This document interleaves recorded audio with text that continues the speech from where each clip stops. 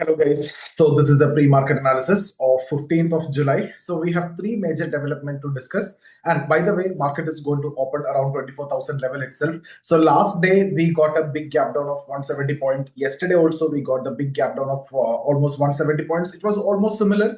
But compared to yesterday, previous day, you got a massive recovery and even filled the gap and went higher. That's mainly because previous day FIIs were net buyers of more than 2,500 crore. So we know they will take it to that level for them to sell off. So yesterday, again, you have seen market got a gap down, but it didn't give an up move because previous day FII sold almost 3,500 crore. And also there is an expiry element yesterday. So expiry element when it is there means you don't want to see a trending day, right? Neither on the upside nor on the downside. So after the gap down, you don't want a move, beyond that 24,000 level on the downside. That will put sellers in trouble, right? And if you see the market is violently going up just like previous day on an expiry day, that will again add pressure on the call sellers also. So you don't want expiry day to be trending day. So previous day you got that up move and that got again settled. Yesterday it was completely sideways.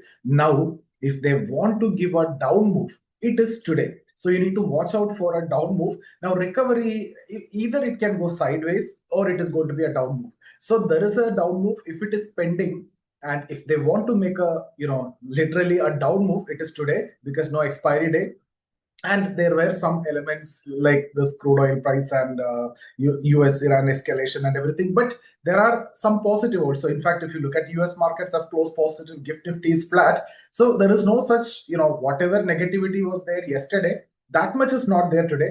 But still, let me tell you, if they want to break 24,000 level, it has to be today, not tomorrow, may not be after that, right? Tomorrow's expiry, so they'll try to keep it sideways. So it's today. So let's start with major developments. First, we need to discuss US June consumer inflation. Yesterday, we discussed about our inflation, and I've shown you how food inflation has actually increased.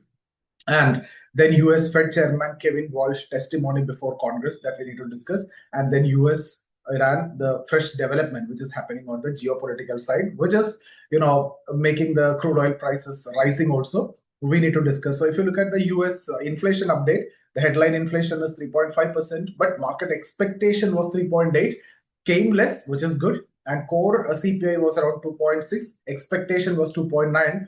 So actual is less than expectation, which is very good. Now, if you look at this monthly inflation, headline CPI is declined by 0.4% and core CPI, it remained unchanged. So what is going to be the market impact? That's what we are more interested in, right? See, inflation came below the expectation. So market have already factored in something. It came below, which is actually good. Inflation, in fact, if you look at from May, it is slowed down also. So now the possibility of increasing Fed rate hike is actually came down actually, right? So it actually reduced the expectation of another Fed rate hike.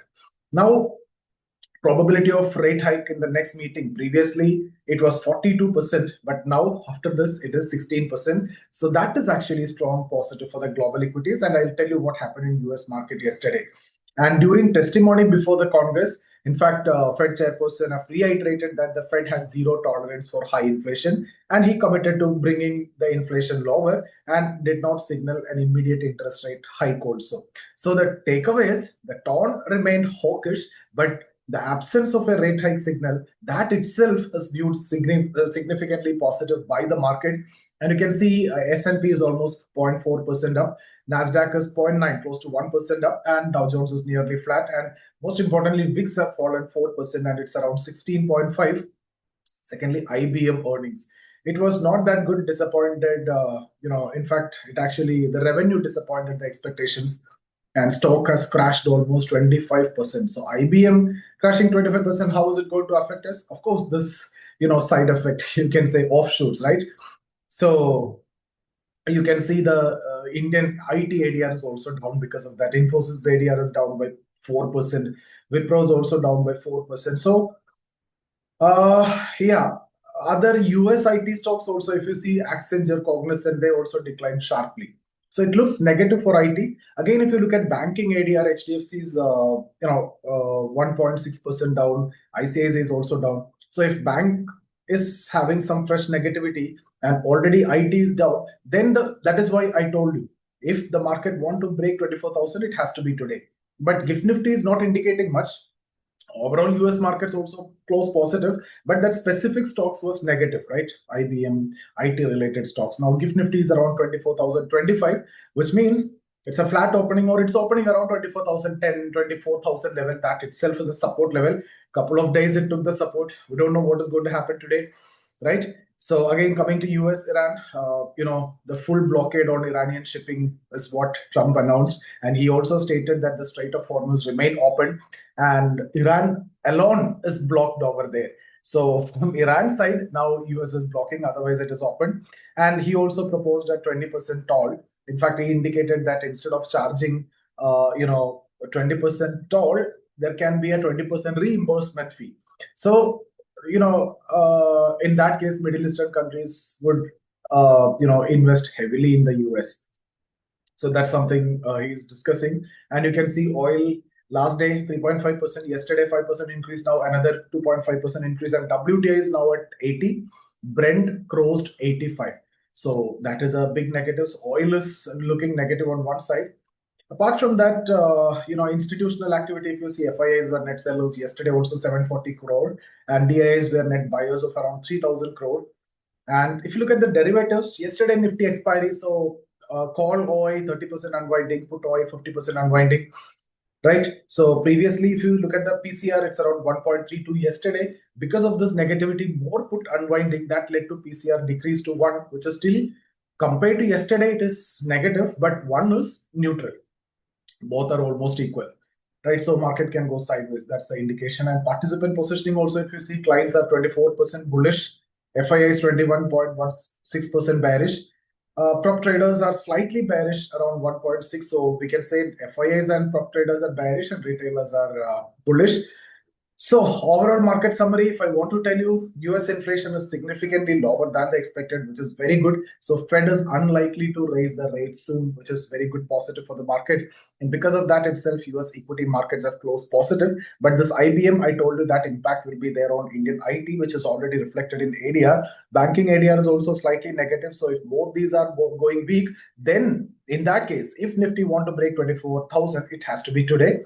Otherwise, it's showing a flat opening. VIX is also slightly coming down. US markets also closed. Not much negativity as of like what we have seen yesterday. But if there is a move of yesterday which is pending, then that can happen today. Apart from that, India-UK free trade agreement also come into effect today. These are positive. Negative, if you see, like US full blockade on Iranian shipping, and Brent crude is about 85, very negative. And rupee also weakened yesterday, 96 per USD, and IBM's weak earning that hurt the global IT stocks, especially Indian IT stocks like Infosys and Wipro, and it is visible in the ADR.